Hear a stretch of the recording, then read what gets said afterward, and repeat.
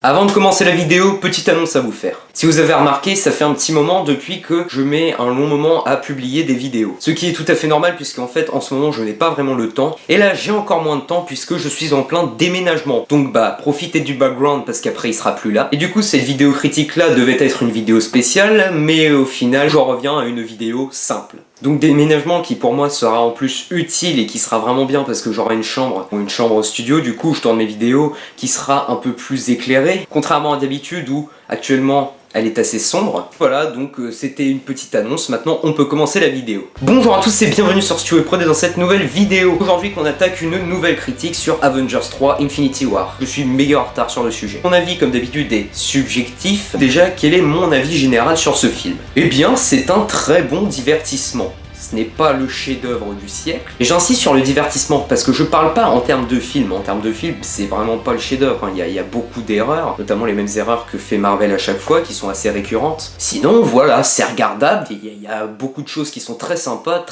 pour la franchise, et qui pour moi est un des meilleurs films Marvel avec Black Panther. Je commence tout de suite par les points négatifs, et en fait les points négatifs, ça va être très court parce que en fait c'est les mêmes soucis qu'a fait Marvel pendant une décennie.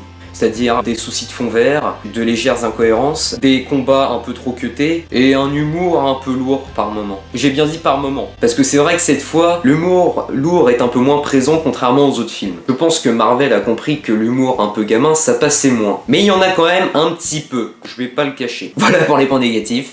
En fait, j'ai pas grand chose à dire parce que voilà, c'est la même chose. Mais bien sûr, maintenant on arrive aux points positifs. Et il y en a plein. Là où pour moi c'est l'un des meilleurs films Marvel, et je dis l'un parce que pour moi celui qui est presque au-dessus de tous c'est Black Panther, que j'ai trouvé vraiment génialissime. Studio B-Prod revient à Infinity War, on parlait pas de Black Panther, on commence avec un premier point positif et j'ai envie de commencer par le meilleur, je pense que vous l'avez deviné, l'antagoniste, Thanos, le titan fou. 18 films pour Thanos, ça a vraiment valu le coup, parce que ce méchant est juste incroyable. En plus d'être un des meilleurs films Marvel, dans ce film, il y a pour moi le meilleur antagoniste de Marvel, et là je dis bien le meilleur, même Killmonger qui était vraiment bien dans le Panther, ne passe pas au-dessus de Thanos. Parce que Thanos est crédible dans les raisons qui le poussent à tuer les Avengers. C'est que contrairement à différents méchants qu'on a pu trouver, Thanos ne cherche pas à détruire l'univers, il cherche juste à le réguler à sa façon, mais ses motivations c'est pas « je veux le pouvoir, je veux devenir le mec le plus puissant,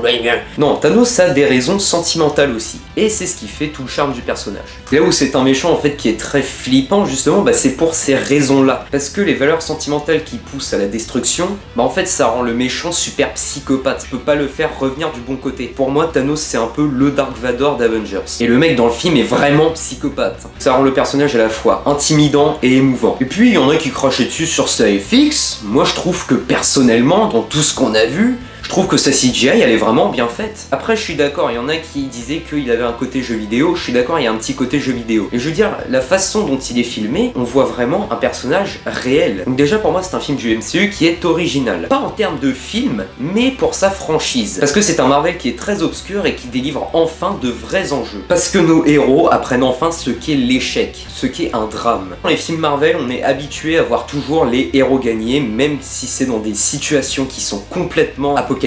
Ça leur fait une véritable leçon sur ce qu'est une véritable guerre. C'est pas en s'amusant à tuer des robots ou en se vannant à chaque combat. Et ces échecs sont causés par la mort de nos héros. Enfin, ils meurent pas tous, mais il y en a une bonne majorité qui y partent. Et ce que j'ai vraiment aimé, c'est la mort de Loki et Gamora. À la base, j'aime pas trop le personnage de Loki, mais dans ce film-là, je l'ai vraiment bien aimé parce qu'il a vraiment une belle mort. Il a fait ce qu'il avait à faire. Maintenant, il est temps de s'éteindre. Et pareil pour la mort de Gamora. Gamora, je l'aime bien, j'ai pas dit le contraire. Mais ce que j'ai vraiment aimé, c'est que on reste en fait dans l'inattendu. Marvel nous a tellement rabâché de résurrection dans ses films que quand on voit un personnage qui frôle la mort, on se dit ah bah oui, il va être sauvé à tous les coups, comme d'habitude de toute façon. Et là, non, personne n'est sauvé. Et moi je m'attendais vraiment à ce que Gamora ne meure pas en fait, parce que elle était en chute libre, je me dis bon.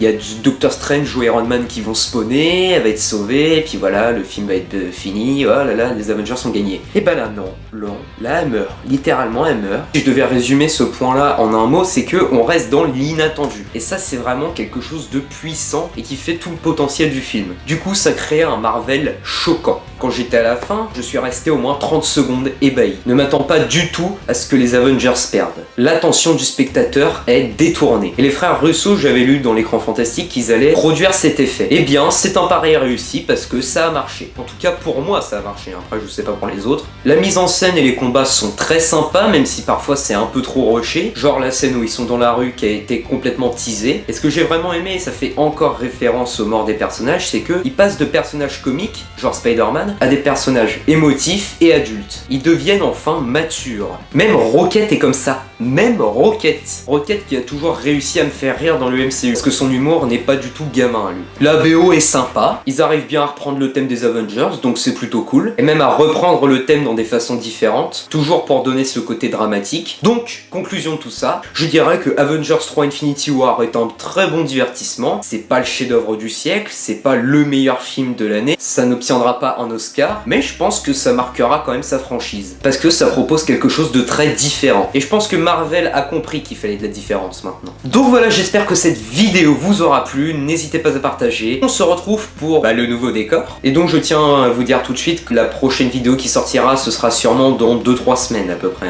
Le temps qu'on installe tout. Donc à la prochaine et bonne séance à tous.